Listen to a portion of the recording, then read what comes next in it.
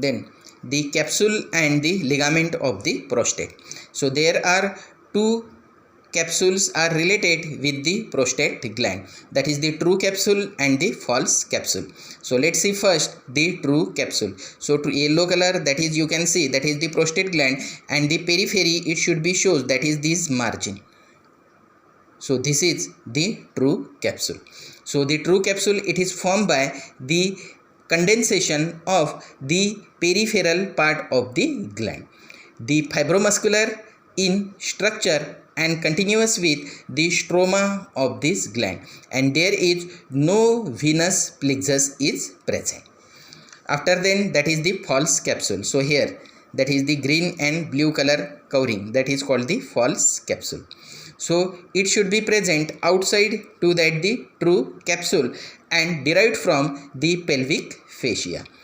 Anteriorly it is continuous with the puboprostatic ligament, and laterally by the prostatic venous plexus embedded in it. So here that is the venous plexus, you can see prostatic venous plexus.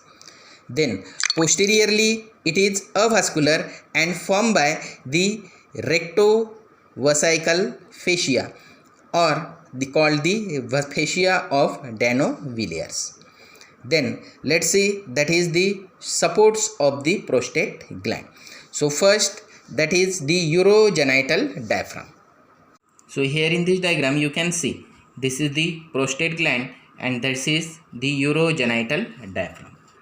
So the apex of the gland rests on the urogenital diaphragm, and the prostatic sheath, that is the false capsule, it is continuous with the superior fascia.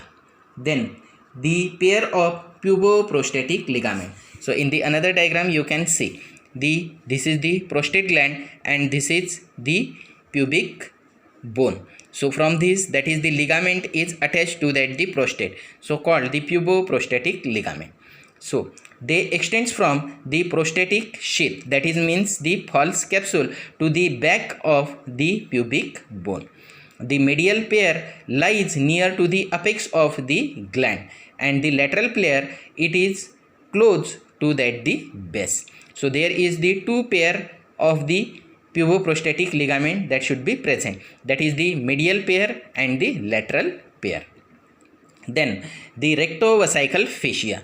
So rectovesical means the fascia which is present between the posterior lobe of the prostate gland, and that is the rectum. So this one.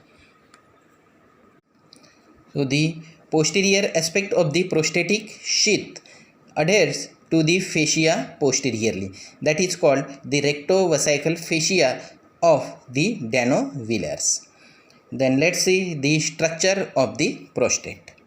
The prostate gland it is made up of the fibrous tissue which forming the 1/4 part, the muscular tissue which form the 1/4 part, and the glandular tissue it forming the half part of the gland. The glandular tissue it consists of the tubuloalveolar glands which are arranged into that the three concentric group. First, that is this is the mucosal gland which is present into that the innermost part. Then the submucosal gland that should be present into that the middle part, and the main part means this part. All of them they are open into that the prostatic urethra. So this one. The fibromuscular tissue forming the stroma, and the glandular tissue it forming that the parenchyma of the prostate gland. The lumen of the tubuloalveolar gland contain the small colloidal masses called the corpora amylacea. Then the structural zone of the prostate gland. So histologically the prostate gland does not show the lobular pattern as generally described in the gross anatomy, but instead of the three there are two well defined concentric zones separated by an ill-defined irregular fibrous tissue layer. The zones are absent in the anteriorly. So here anterior part. So first that is the outer zone. So it is the larger outer zone. It is composed of long branching gland. So this one. that is called the prostatic gland proper. The ducts of this gland curve backwards and open into that the prostatic sinus. So here below the colliculus seminalis, the zone is common site of the carcinoma of the prostate gland. Then the inner zone, so this one. So the smaller inner zone, it is composed of the outer submucosal gland. So this one here, submucosal gland, which is open into that the prostatic sinus, this one. At the level of colliculus seminalis, the deep to this gland there is a simple mucosal gland. So this one, that is called the suburethral gland, which are short and open all round the urethra above the level of colliculus seminalis. So here the C denotes the colliculus seminalis and the S denotes that is the prostatic sinus. Then next to it, that is the blood supply of the prostate gland. So inferior vesical artery, the middle rectal artery and inferior internal pudendal artery. The branches of arteries form the larger outer subcapsular plexus and inner smaller periurethral plexus.